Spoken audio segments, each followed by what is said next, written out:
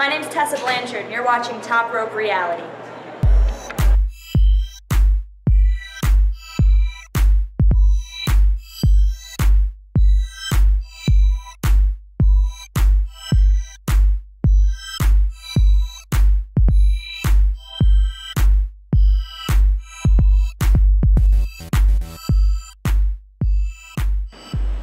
Hello, everybody, and welcome to part 4 of episode 32 of Top Rope Reality right here on YouTube. I'm Mike Hogan without Justin Carter, but I do have Skeleton Justin right here beside me, and it's pretty much the same as with regular Justin. So let's get started with predicting the next 10 years of WrestleMania main events. Coming in number 4 is John Cena as the champion, taking on the returning CM Punk at WrestleMania 37. Do you believe it? I don't believe it. I mean, it's been a long enough time, but I do not see it happening. I don't think Punk's ever coming back to the WWE. He had his run, he had his ups and his downs. He did what he had to do, and if he comes back, people will love it. And he'll main event WrestleMania, something he's never did in his career. But he's also got the fans back there. Me being one of them would call him a hypocrite. You can't moan and groan and bitch about other people going away from the business, coming back, taking over a spot of somebody who deserves it, and main eventing WrestleMania, which what he will be doing. Now, if he shows up at WrestleMania, shows up after WrestleMania 36, say the next night on Raw, and goes the whole year, okay, I see it. But if you come in at the Royal Rumble and then you go on to main event WrestleMania, no, then that makes you a hypocrite. You have to be there at least a year to be okay. So that doesn't seem, and you have to stay for a while too. Number 3, Roman Reigns as champion, taking on Dean Ambrose and Seth Rollins. That would be pretty cool. That would be the Shield making full circle and headlining a WrestleMania. And that will be WrestleMania 38. Would you like to see the Shield take it on each other in a triple threat match? It doesn't say for the title. It said champion. Yes, it does. Sorry, can't read. Need new glasses, I guess. Yes, Roman Reigns is champion, taking on Dean, taking on Seth. Okay, let me read. Newsflash, Mike Hogan can't read. Calls in Skeleton Justin to do the reading for him. Too stupid. Okay, I mean, it'll be worthy. I would love it. Especially if Dean took the title, which they would say would happen. Dean would take the title, which would be worth it. And that would be his first title. He'd win on the grandest stage like Daniel Bryan did. Hopefully there would be as much trouble after he won the title like Daniel Bryan, with injuries and everything. Because I really think that Dean, I hope Dean can stay where he is. So we have John Cena, Roman Reigns, and Dean, all 3 top faces. That's what you need, 3 faces. 3 top faces. And they're talking about doing Randy Orton as a face. So that'd be 4. You have 4 top guys on your face side. You have Seth, Bray Wyatt, Seth. Okay.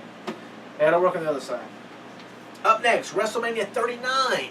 Speaking of Seth and Bray Wyatt, it's going to be Bray Wyatt taking on the champion, Dean Ambrose. I know, I said Seth. Just throw you a curve.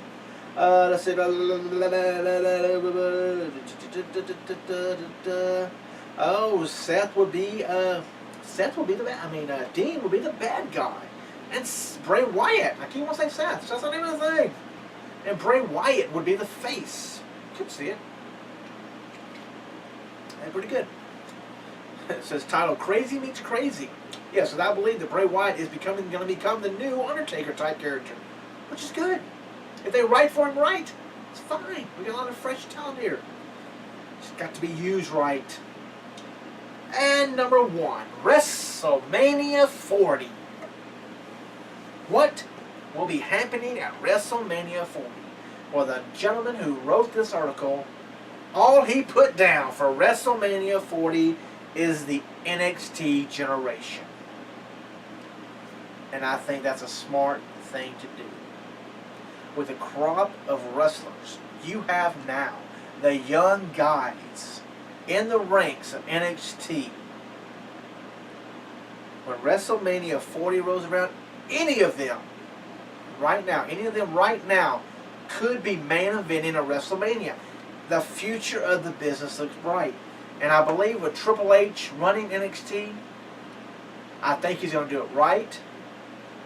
And if him and Stephanie, I know, you got me. But if you kill your product, your fans hate it, they're running away in droves, then you're not going to accomplish anything. So you got to be able to bring them back. And I think with what you have now, with Seth, Dean, Roman leading the way, Bray, Cesaro, there's another one, Cesaro, okay, Dolph, they're leading the way. And you have the crop of NXT guys coming in.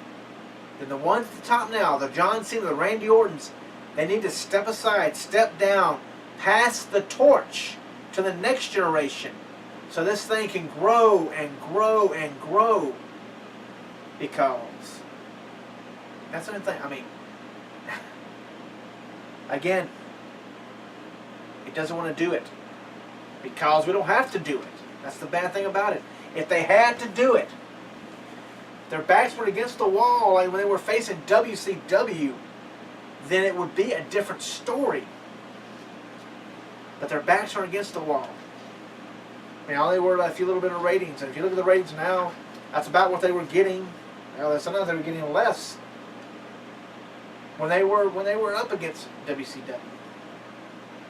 But now they're in the range of what WCW had when WWE was whooping the butt.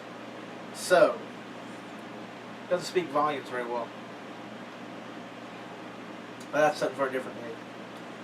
They just need to act like, hey, I want you to act like you got competition and play to that strength. Got that right? Yes, say he believes me. He agrees with me. Skeleton Justin agrees with me. Well, folks, that's it for part 4. That is it for me running the show all by myself this week. So I hope you enjoyed it. I know I tripped over a lot of words. So I'm used to talking this much. I know you're very surprised. But I want to thank everybody for watching this week. I want you to join us next week. It's going to be our big Halloween spooktacular. I know, it's so cheesy. No telling what's going to happen, and no telling who's going to show up. Also, we're going to have Carter's Corner, where we're going to talk about the brand split, the Top Rope Reality way. How we would do the brand split, and why it needs to come back. Plus, we'll go over the Hell in a Cell results. We'll talk about what happened, what was the big news from TNA. Was it this man gonna show up? Do they have a network? Or was it they re-signed the Kurt Angle? The All-American Kurt Angle. I was going to say that and I cut myself off. Plus, one of our indie news, as we'll talk about before, because we're heading to Milton, Florida, to get more interviews from some great indie stars. And we're going to talk about the PP3 Memorial Show, Percy Pringle Memorial Show. And let's see, and a whole lot more stuff, yes. So join us right here on YouTube next week. Because, ladies and gentlemen, like I said, I've run over a lot of words this week. So we're going to keep doing this every week until me, the real Justin, even Skeleton Justin, get it right.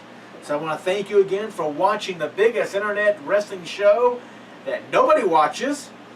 I know, I need to work on that line a little bit. And thank you again, and we'll catch you down the road for next week for episode 33, our big Halloween spooktacular. I have to work on that too.